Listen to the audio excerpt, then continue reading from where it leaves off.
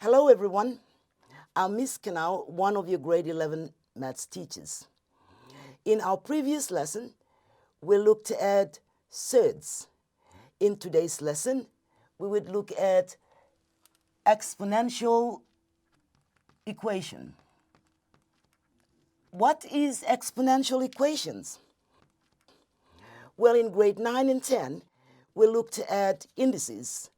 This is an extension onto indices where the power of a base is unknown, and that is where we apply exponential laws. Let's have an example number 1.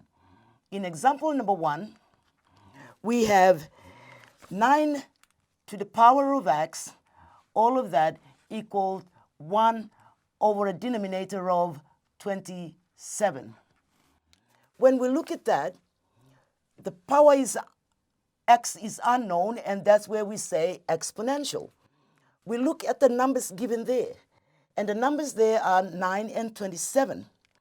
Looking at 9 and 27, we look at a lowest common number. What is it that is the lowest when we multiply gives us 9? That is 3. So how many times do I multiply 3 by itself to give me 9? It's 2. So that would give me to a base of 3 and a power of 2, but I need to make sure that this unknown x is attached to that.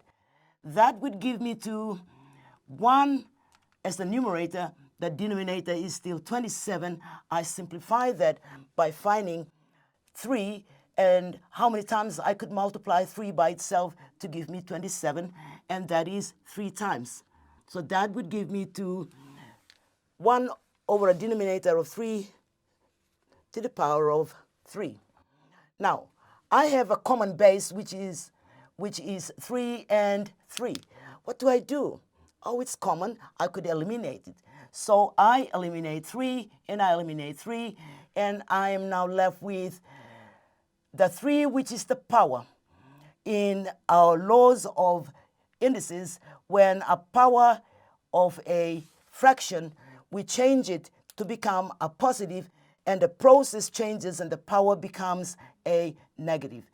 Now, on the left-hand side, we are left with 2x, and on the right-hand side, the process changes and it becomes a negative 3. In that case, then, we have 2 lots of x is equal to negative 3. So, doesn't look right. We want x. So, the opposite of 2 multiplied 3 is divided by 2 multiplied by x, is divided by 2. So, you divide this by 2, and you divide, keeping your equation balanced, by positive 2 as well. 2 into 2 goes 1, 2 into 2 goes 1. On the left-hand side, you have x. On the right-hand side, your value is negative 3 halves.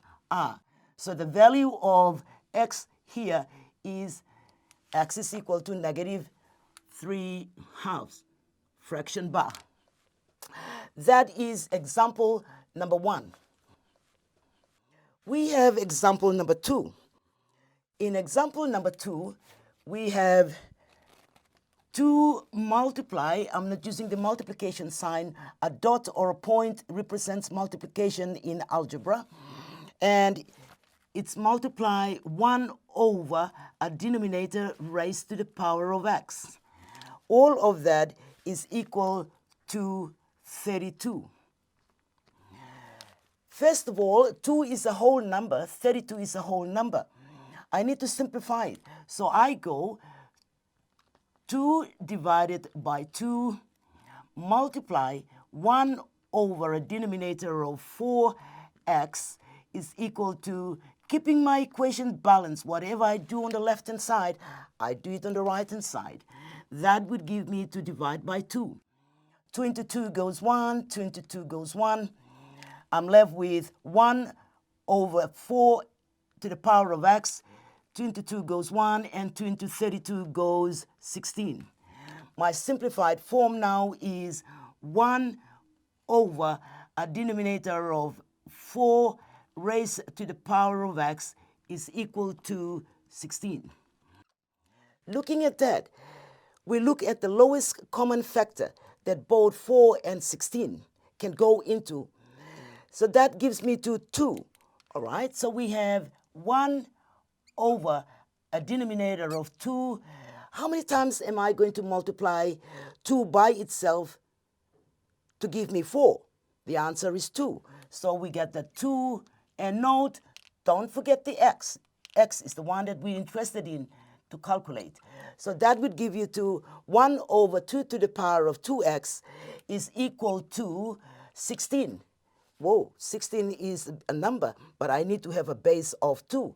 So how many times am I going to multiply 2 by itself to give me 16? The answer is 2 raised to the power of 4.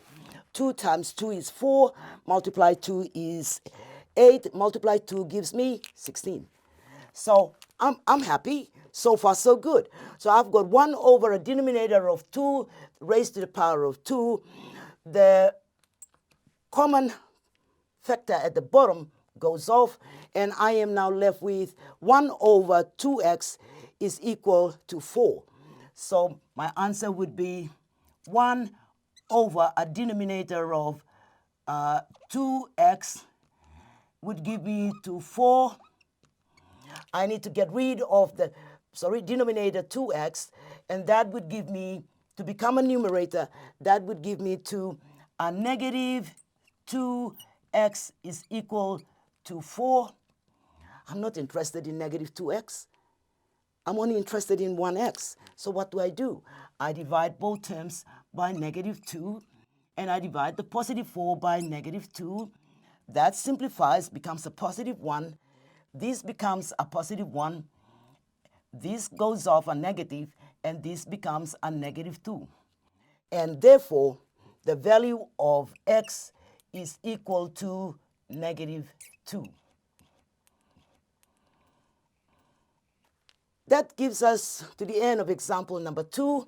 We would now look at another example, and our last example, example number 3. And in example number 3, it looks a little bit funny, but let's see. 5 raised to the power of x plus 2, that's why I call it funny, is equal to 1 over a denominator of square root of 5. 1 to the power of x plus 2 is equal to 1 over square root of 5. Let's simplify that. For us to simplify it, we would have 5 raised to the power of 2 plus, x plus 2 would give us to 1 over square root of any number is always raised to the power of a half. So that would give us to 5 to the power of a half.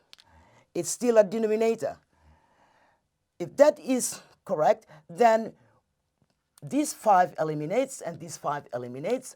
In the process, always remember that the negative power becomes, positive power becomes a negative, and if it had been a negative, it becomes a positive.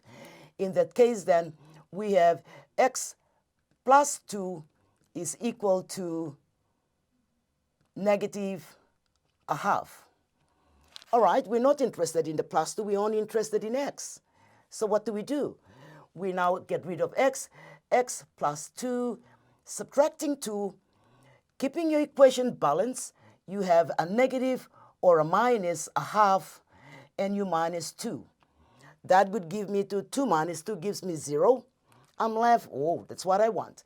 X on the left-hand side would give me to a negative a half minus 2. In another word, it is a negative a half adding that to our negative 2, our final answer would give us to negative a half plus negative 2 gives us a negative 2 and a half. And that is the answer or the value of x. And that brings us to the end of our lesson on exponential functions or exponential equations. And I hope you have learned something. In our next lesson, we will be looking at logarithm. Thank you.